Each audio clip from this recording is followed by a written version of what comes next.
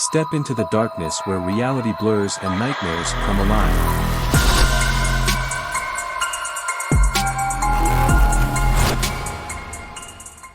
As the darkness settled over our small town, casting long shadows across the deserted streets, my friends and I gathered in my living room, excitement and anticipation hanging thick in the air. We were about to embark on a séance, a reckless attempt to summon spirits from beyond the grave, spurred on by the thrill of the unknown. Sitting in a circle, we clasped hands and closed our eyes, our breaths mingling in the stillness of the night. With trembling voices, we called out to the spirits, inviting them to make themselves known to us. At first, there was nothing but silence, the only sound the faint rustle of leaves outside the window. But then, as if in response to our summons, a chill swept through the room, sending shivers down our spines. The temperature dropped and the air grew thick with an oppressive weight, suffocating us with its presence. And then, we heard it, the sound of laughter echoing through the darkness, low and menacing, like the tinkling of bells in a graveyard.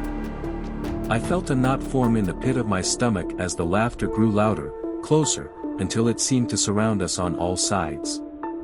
With a gasp, I opened my eyes, expecting to see a ghostly figure materialize before us. But to my surprise, there was nothing there, just the empty room bathed in the soft glow of candlelight. We exchanged nervous glances, unsure of what to make of the strange phenomenon. Had we really summoned a spirit, or was it just our imaginations playing tricks on us? As we debated amongst ourselves, the laughter grew louder, more insistent, until it filled the room like a tangible presence.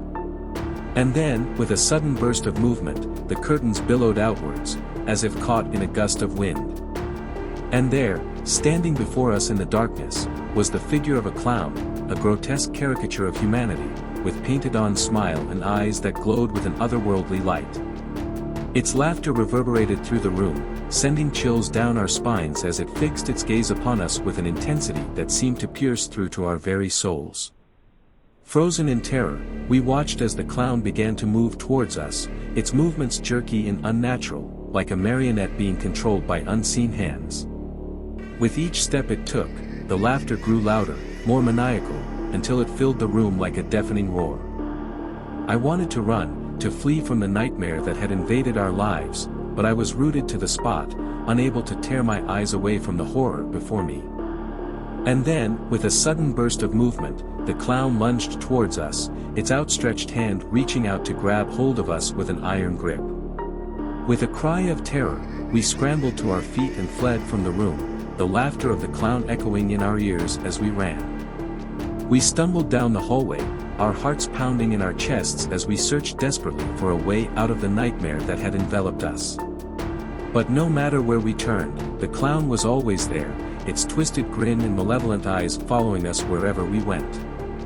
We tried to escape, to find refuge from the horror that pursued us, but it was no use. The clown was everywhere, its laughter echoing through the darkness as it herded us like lambs to the slaughter. And then, just when we thought we couldn't take any more, the laughter stopped, replaced by an eerie silence that hung heavy in the air. We looked around, our breaths coming in ragged gasps, but there was no sign of the clown, only the empty hallway stretching out before us like a tomb. With a sense of dread, we realized that the nightmare was far from over. The clown may have vanished for now, but its malevolent presence lingered on, a constant reminder of the terror that had befallen us. As we huddled together in the darkness, the shadows closing in around us like a vice, we knew that we were doomed to spend eternity haunted by the memory of the clown and the curse that had brought it into our lives. And as the laughter echoed through the empty halls of our minds, we prayed for a swift release from the horror that had consumed us, a release that would never come.